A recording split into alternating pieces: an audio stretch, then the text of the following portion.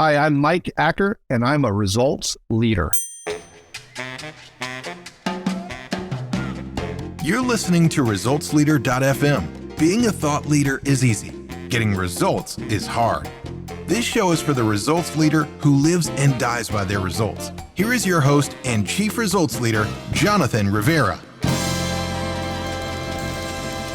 Yes, y'all. It is time once again for another ResultsLeader.fm. This is the only show on the internet for the coaches and consultants who are dedicated to getting results for their clients.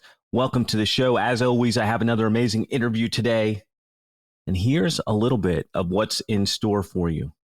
How speaking more could actually make you worse.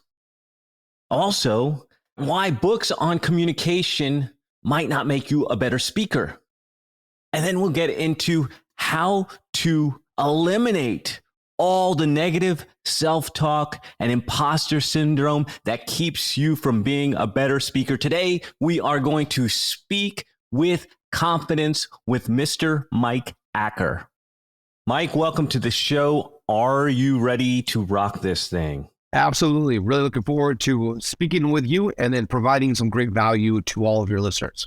Let's do it, man. Let's hit our listeners with a quick win. What book have you given most as a gift? Yeah, knowing that you're going to ask that question, I pulled it up right here. The Go Giver by Bob Burg. I have actually several of these books on my bookshelf, and I'll hand this out. And I've probably given away, 50 of these books over the course of the last couple of years.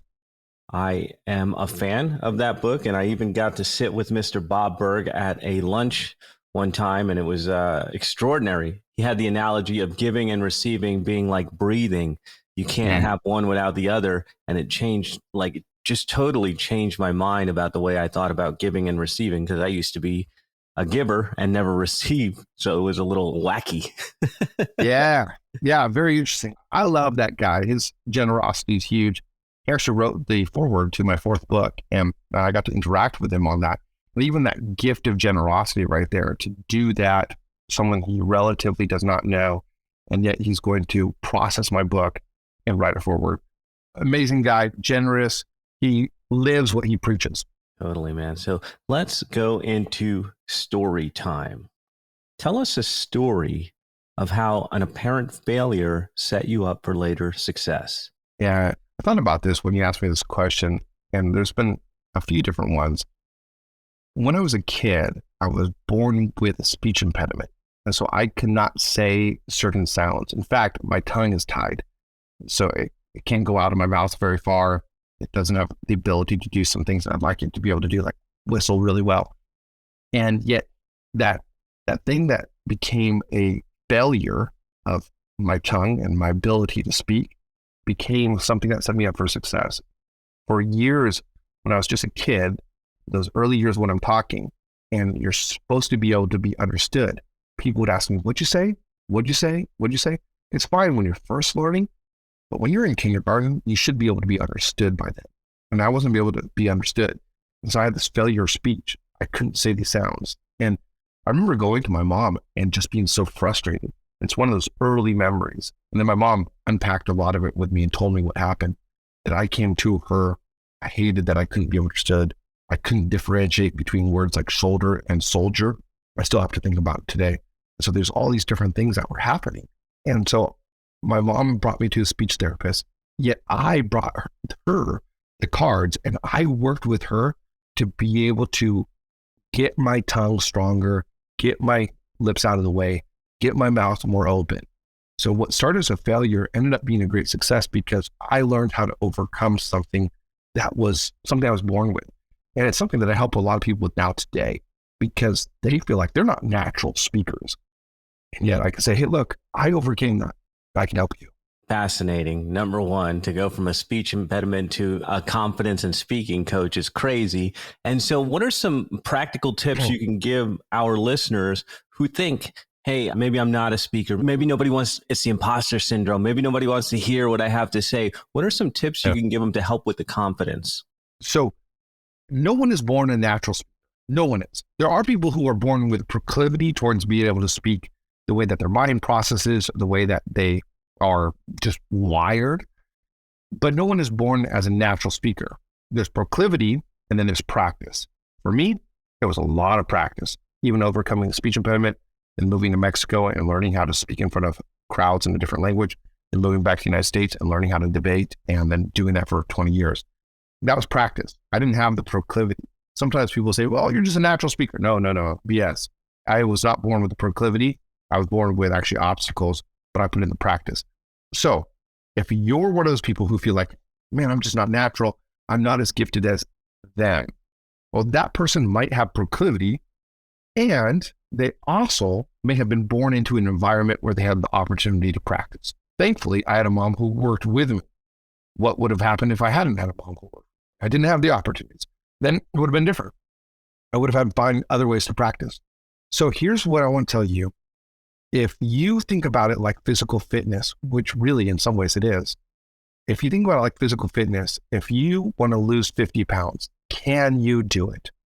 Yeah, if you put your mind to it, you get the help, the support, you start eating differently, and you start putting in some exercise and start doing that, drinking more water, doing those things, it can happen. Now, you might not be able to be that person. You might be at a different stage of life, or your body might have whatever going on. You might not be able to be the 8-pack, whatever athlete you want to be. At this point in time, I can't be an NBA player, right? So you might not be able to be that person, but can you be healthy in your body? Yeah, you can. You can put the steps. Likewise, in communication, you might not be able to be Tony Robbins or that person, but can you do a great, and using our analogy, physical fitness for your speaking? Absolutely. Putting in that daily work, looking at yourself in the mirror and practicing to yourself. A lot of people think, okay, I want to get better at speaking. I want to show up and speak better. I'm going to read some books about it. I'm going to show up and speak different. Yes, that doesn't happen. If you said this to me, if you said, Mike, will you go throw the starting pitch out at a Major League Baseball game? Do you know what would happen? I would embarrass myself like crazy. I haven't thrown a baseball since I was a kid. I played soccer a bunch, so I'd be able to do something there. But that pitch would be miserable. I don't know if it would reach the mound. I don't know if I would be thrown into the stands. It wouldn't be good. Now, so what I do, I'm going to read some about this. I'm going to watch some people do it. I'm going to think positive. I'm going to show up. Guess what's going to happen? Still the same thing. It's not going to be very good. But if I know that I'm going to be throwing the first baseball, Major League Baseball season, and it's going to happen in 1 year, you know what I can do? Every single day, I can start throwing the ball. Every single day, I can start throwing it further and further, working on it. And in a year, I'm not going to be amazing, but I can get the job done. Likewise, you can do it. Take some steps, work towards it. Man, I dig it. And I have a name for something similar, which I call the law of reps. Repetition equals reputation.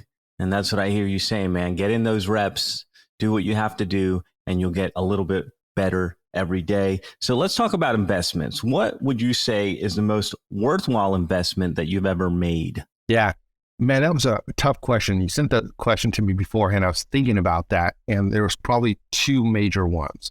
One, I invested a ton in learning how to communicate when I was younger. And then I spent a ton of time working on my first book. And those two are game changers. It's what I do now. I'm an author, I'm a speaker, I'm an executive communication coach. I travel around and work with people. When I was younger, I spent about a couple $1,000s to go to a Dale Carnegie course, even though I had already done debate. I had already been a public speaker. I kept on investing. Then I did a master's program where I spent several tens of thousands of dollars on more communication. So in my 20s, I spent probably the equivalent to, $70,000 worth of money just on learning how to be a better speaker. That's a lot of time, a lot of money spent on doing that. But what happened? It's what I do. It's what I work on with people. Now, fast forward, another investment. I was actually working in corporate sales, and I was coaching on the side. I've been coaching off and on for 20 years. And I was just doing it as a hobby, kind of like a paid hobby, and just a fun thing to do. And I had a client come to me who was going to speak at an event. And she said, I wrote a book and I'm getting invited to speak somewhere. Can you help me? I'm like, great. How'd you write a book? Tell me about that. Who published? She said, I self-published myself and it's got tons of reviews. I went online. Right now, it's got like 1,000+ reviews. It's up there for the financial books out there by Rachel Richards, Money Honey. It's got, 1,500 reviews or something like that. Her other book has been #2 on Amazon Kindle before. So this is the level of person that was meeting with me. And she talked about her process of writing a book. She pointed me to a book called Published by Chandler Bolt. And I decided to challenge myself. I woke up every single day at 5 a.m. I invested in their coaching program, about like $3,000. And then every single day I woke up at 5 a.m. and wrote for an hour. And on the weekends, I wrote for a few more hours. And sometimes in the evenings, I wrote. In 27 days, I wrote and finished my rough draft. Then I spent the next month working on the content editing and and the next month on learning how to launch it. That book took off and has accumulated over 1,000 reviews on the first and second edition on Amazon. It's the top rated book in the world on the topic of overcoming fear of speaking. Now, why are those two investments? Because they took a lot of upfront work and money, and yet what is an investment? It has something that pays off at the end. One launched everything that I do, and the other launched what I'm currently doing. Huge investments. If anyone else is looking at being an influencer, then I would encourage you to write a book and really think through that, put that in investment in. And if anyone wants to advance their career, I highly, highly suggest doing something, whether working with me or working with someone like me or reading books or whatever it is, and investing in your communication. I love what Warren Buffett says. He says it's the best investment I ever made. What would you say are some bad recommendations you hear in your area of expertise? There are several different areas in communication that are bad recommendations. I read one blog that said, don't take a deep breath before you speak. I thought, what is this guy talking about? And the reason why that's a bad recommendation is because there are two ways that we could breathe. We could breathe shallow into our upper respiratory system, or we could breathe deep into our belly, into our lower respiratory system. There's one system, but you can fill up different parts. And that person was saying, don't breathe deep, because he didn't realize that you could breathe deep into your belly, not just deep into your chest. Sometimes when you breathe deep into your chest, it actually constricts your vocal cords and actually tightens things up and actually brings a whole bunch of oxygen into your head and causes you to actually feel more nervous. Versus breathing deep into your belly, which floods your whole system with oxygen, calms you down. There's a reason why you do it in yoga. So that's been a bad advice that I've seen. The second advice that I've seen is that, yeah, you can do it. Go for it. And it's almost like, yeah, just change your mind, learn a little bit, show up and perform. And going back to what I said earlier, you can't just show up and perform. You can't just read a book about communication and then go ahead and communicate. There might be some things you can change, because that awareness allows you to do things differently. Going back to the baseball example, if you say, Mike, you're throwing with the wrong form. If you throw it like this, you'll throw further. Okay, one awareness, I can throw better, but I'm not going to be able to perform at the peak. So awareness, by reading a book, listening to this podcast, doing something, can bring about some change, but not the total change that you want. So just do it. Not a great one. Third wrong advice is repetitions are just the way to do it. Now, I know that this almost sounds the opposite of what we just said. In other words, people say, just get out there and take more opportunities. Okay, absolutely. But let me give you a caveat on that. If I break my leg, like a full-on break, should I walk on my leg a lot and just walk it off? No. Now, why is that? Because I will make it worse. I will injure myself more. Instead, what I should do is set it, fix the problem, do whatever doctors do, put the cast on, get it time to mend, and then walk on it. And then strengthen it. And then I can walk and walk and walk. So if you just go and you're like, hey, I'm an awful speaker, I'm super nervous, yeah, I'll just get more opportunities. No. Fix the problem.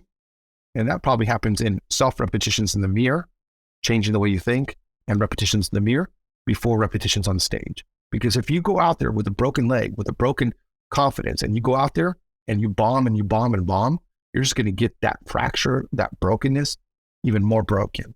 So fix it, and then go out there and get the reps in. We interrupt your regularly scheduled program for a public service announcement. We're going to get right back into this show, but I wanted to ask you a question. If you have been listening to the show for any amount of time and you've picked up even one single tip, then I need your help. Get the word out. Tell people about resultsleader.fm. Share it on social media. Share it on your email. Share it anywhere. Hashtag resultsleaderfm. Now let's jump back into the interview. Let's talk about results. Why do results matter, Mike? Without results, there's no progress. If you think about a game, if people are just out there running around, I just watched the World Cup. It's amazing to watch France and Argentina go around. But they're not just playing, going, oh, let's just kick the ball and see what happens. We're not keeping score. No big deal. Oh, you got the ball in the net. Oh, cool. That's great. No. They're looking for results. They want their plays. They want their teamwork. They want their practice. They want their energy. They want their strength to result in the ball going into the net and getting a score. That's what they're looking for. There's progress. Without that, it's just a whole bunch of running around in circles. There's no destination. Now, there are times where you don't need results. There are times where you just need to show up and have fun. You need to go jump in the pool and just swim around and just enjoy it. But other times, you need results where you're going to show up and you're going to perform and there's going to be advancement. If I just jump in the pool, and I would argue that is even a result of relaxation there, but there are times where it's just, hey, I'm just spending this time. I'm going to turn on a video game for an hour. No results right there other than maybe I'm going back to it. Maybe I'm getting my mind off something. But results show progress. Results show advancement. Results show growth. In the last 5 years, what new realization has helped you get better results for your clients? Mindset. I always thought mindset was one of those woo-woo. Like, yeah, just change the way you think. In fact, I remember reading a book, and this is probably when it started changing for me. I read a book about affirmations. This is probably about 5 years ago. And I was like, this is stupid. Tell yourself different things? Like, what? And then I actually remembered that I had done that when I was 15. So at 35, I'm like, this is stupid. And I remember when I was 15, I had gone through some serious bullying. I had a kid who every single day was a senior. I was in ninth grade telling me to F off and leave and all kinds of stuff. And it started changing the way I thought. And I would go back to my house and like put on Pearl Jam, the song Indifference. How much difference does it make? How much difference does it make as I'm entertaining semi-suicidal thoughts? And I went to a counselor that summer through a camp, and the counselor said, you have to change the way you speak to yourself. I thought, sure, right? Like, what do you mean? And she's like, I want you to tell yourself that you love yourself and that you like yourself. I'm like, oh, okay, that's stupid. I'm like 15, 16, I'm like, I'm not doing that.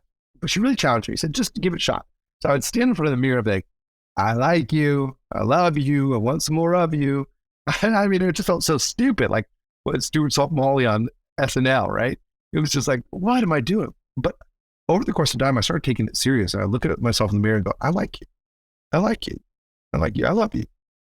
And those words penetrated, and it actually got me through a rough patch. They're part of what got me through a rough patch when I was a teenager. Now, I didn't do that for years. Yeah, I did some other things, like I would memorize some Bible verses that were encouraging, not realizing that was actually a mindset changing. But fast forward to 35, I'm reading this book about affirmations, and the guy's like talking about affirmations. That's stupid. Then I remembered the 15-year-old story, and I remembered the Bible memorization that I had done when I was probably in college. And so I said, you know what? I'll give it a shot. So for the next 90 days, I decided on a certain set of affirmations, and I said them daily, every single day to myself out loud. And one day I was working out, and one of my affirmations had to do with working out, because I used to think to myself when I would work out, I hate this, I'm just doing this because I have to. But one of my new affirmations was, I love working out. I love sweating, breathing hard, and feeling my muscle burn. So one day I'm working out, and just at the moment where normally I would say, I hate this, I heard my mind say something different. I love this. I love my muscles burning, sweating, breathing hard. And I realized, oh my gosh, I changed the way that I thought about this. And then I started, when I was really doing coaching on the side, I would bring this in. And then as I was working with people, I would bring it in more and more. And I brought it into myself. I was speaking on stage one time, and I thought to myself, nobody here cares what I have to say. And I thought, where did that thought come from? So I started an affirmation. People want to hear what I have to say. And I don't know how many people I've now told that to. And there's so many people out there saying people want to hear what I have to say. And when you believe it, it changes the way that you talk. Instead of just going like, yeah, well, this and this and this, and looking down and dragging on your sentences, you get intentional, you get passionate. People want to hear what I have to say. So here's my big thought for you on this. Everybody listening, what are you thinking about? Especially when you think about your speaking. What do you think about your speaking? Are you speaking just because I have to do this and so I'm going to show up? Nobody really wants what I have to say, so I'm just going to go through this. Or do you think that what you do and what you say matters? Because that mindset changes the way you speak. Give us a couple practical tips, because I think a lot of people fall into this, and it's just the way that we're hardwired into the negative self-talk. And I say that we are our own worst critics, but you're saying we can be our own biggest fan. So can you give us a couple tips that might just be like awareness and trigger, like something like that to help the listeners? Yeah. So first of all, find out what you're thinking about, what you're saying. Right now, when I'm talking to you right here, literally what I'm thinking about is this will help people if they get it. That's one thing I'm thinking about. And then two is this will change people's career advancement. It will change their income potential, it will change their relationships. So those are the kind of thoughts I'm thinking about when I'm speaking. When we speak, we have a verbal track and a mental track. Our verbal track is what we're saying, and our mental track is what we're saying to ourselves about what we're saying. And we might be reading the room going, nobody's listening, or I'm not interested in this, or I just have to get through this, or I hate this. Find out what your mental track is saying. First thing, keep note of that. Maybe even jot down, here's what I'm thinking about. I don't want to be here. Or it doesn't matter if people see me. Or this presentation, who cares? Or I wish I wasn't the one doing this. Whatever it is. Or you might be thinking, I'm the best person ever. Arrogance. Or it doesn't really matter. Apathy. Which are, by the way, surefire ways to confident speaking, arrogance and apathy, but it's just false confidence. And you'll disconnect from the people you're talking to. So instead, and by the way, I talk a lot about this in my book, Speak with Confidence. So if you're like, oh, I want to hear more, there's a whole bunch just on this right here. Instead, find out what you're saying and then choose what you should be saying to yourself. A great one is, people want to hear what I have to say. Or when I give this report, I'm helping people. I don't know if that's just your boss you're helping or your whole company, but then choose a couple short sentences, 1, 2, 3, and then repeat them on a daily basis. And next time that word comes up in your mind and that thought comes up in your mind that's negative, replace it. Pause. No, people want to hear what I have to say. You can also use just a little nudge. You don't always have to use an affirmation. So think about where that insecurity comes from. Comes from 9th grade. And just when it comes up, shut up 9th grade, or quiet Karen, or whatever it might be, right? Whatever it is, that person or that source, just get a little tiny nudge, 2 sentences, 2 words, and just speak it to yourself to kind of go forward. Now, you found it, you've replaced it, practice it. Your thought process doesn't change overnight. If I say to you something, I had a client, for example, who her stepdad would just beat on her verbally. Just, you're not worth it, you're not worth it, you're not worth it. That's intense. That's going to take counseling and a lot more to process. Now, if you just have some insecurity because you've had some failures and such, and other people do it better, then that right there, it's still going to take a little while for you to change. So don't expect to do 3 push-ups and tomorrow have incredible biceps. No, you need to do it over a course of about 3 months. So challenge yourself to change the way you think. Awareness, then choose that sentence, then practice it for 3 times or 3 months. Last thing to this very practical tip, every single person needs to do this. I have not yet met a speaker who wouldn't benefit from doing this. And I'm talking top level speakers that are just amazing. They'd still benefit from doing this. Pause. Pause gives you a chance to choose your thoughts. Pause gives you a chance to think about your next thought in your sentence. Pause gives people a chance to listen. Pause gives people a chance to respond. Pause gives you a chance to breathe the correct way. If I were to boil down every single thing I say about speaking, and I was just able to give one piece of advice, I'd say pause. Yeah, I left that pause there intentionally. What area of your business would you like better results? I think the biggest thing that I have not done extremely well, embarrassing, I am not a detail-oriented person. And I looked at my finances of my business this year and thought, man, I would just sometimes have an idea and be like, let's go do it. And so without the budgets or anything. And so this year, my big goal, I was in Puerto Rico with a friend of mine and we were talking about it. It's like, I spend so much time just going through the finances of his business, of my business. Yeah, I need to do that. That I have a lot of creativity, a lot of being out there, but some of the behind the scenes is a little bit more just all blobbed together. So that's the area that other people are really good at and I'm not at. And so I need to work on it. What results are you most proud of? Yeah, my favorite thing, I start every day with a prayer, help me help people. And my mission is to help people realize their potential. So that's what I'm all about. So what I'm proud of is when someone comes to me and I can see the measurable difference. I do these programs, these public speaking programs. And so people will reach out to me. I take on 4 clients per month and we do an assessment and we record and video record the Zoom assessment. And then after we work together for 3, 4, 6 months, depending on the program they do, we go back and watch back that video together from the first one. And they've made progress, right? So often they're just like, because they can see the change that they've gone through. They're like, I can't believe I used to do, I forgot I did that. Oh, and look what I'm doing there. And it's just so fun. One recently, it just happened a couple months ago, I finished with this doctor, Dr. Maliki, and I said, man, this has been so fun.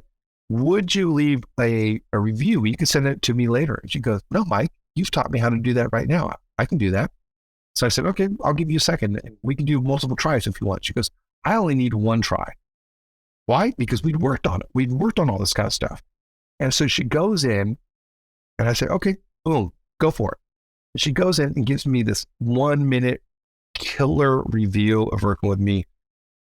No nervousness like she used to have, incredible pacing unlike she used to have, organization. I mean, it's fantastic. And afterwards, I'm like, wow, that is so good. You're like the star pupil. This is amazing. And there's actually been several people like that. I love it. I love it. My results are not my results. My results are the results that the people I work with have. Well said and perfect for this show. Any parting thoughts you want to share with the results leaders who are listening to us right now? Yeah. Where you are is not where you have to stay. I tell this to people again and again. It's part of one of my motivational talks. My parents were actually drug dealers and all kinds of stories that go with that, right? True story. Now, my dad's an attorney. My mom has since passed away, but my dad's an attorney. And in between, we did nonprofit work for about 20 years, serving the poor and disenfranchised. So my parents went from self-serving, kind of this drug smuggling lifestyle, to serving the poorest of poor and the disenfranchised. My mom would pick up kids from some of the poorest neighborhoods and delouse them, feed them, work on just amazing stuff that they would do. Where you are is not where you have to stay, whether it's that kind of life change or whether it's a skill change. Too many people think, you know what's gotten me here is good enough. And when it comes to communication's a barrier. And if you don't improve that, you will get stuck at some point in time. Communication and leadership go hand in hand. If you have great leadership but not great communication, it will pull your leadership down. On the other hand, if your leadership is low, but your communication is high, your great communication will pull your leadership up. So where you are is not where you have to stay. If your communication is low, if your leadership is low, you could put in the work and see the results that you're looking for. Wherever you are, find out where you are and figure out the next step you need to take to get to that next spot. Beautiful, man. Where can our listeners get more from you? The biggest thing I'm encouraging people right now is speak with confidence. It's really my 3-year, 4-year work that I've been working on, writing, teaching, coaching, but it really comes from 20 plus years. It's really my life. So it was published by Wiley. I found it. I was in New York just a couple weeks ago. And I went to Barnes & Noble and found it on the shelf. So that was pretty cool. It's really not just about speaking. It's about confidence. It's about inner work. It's about imposter syndrome. So you can go on Amazon, you can go Barnes & Noble, you can go Target, you pick it up, Speak with Confidence by Mike Acker. You can find me online, mikeacker.com. You can go to thepublicspeaking.school. There's a couple different places that I have. Would love to help you reach your potential. Thanks, Mike, for hanging out with us. Thanks, Results Leaders, for tuning in. Another episode is in the can. That is a wrap for another edition of ResultsLeader.fm. If you are out there getting results for your clients and you want to be featured on the show, go to ResultsLeader.fm now and apply to be on the show. And if you love what you're hearing, share the show, give us a rating and review, do anything to help us get the message out there. Thought leadership is easy, but results leadership is hard. We'll catch you on the next one.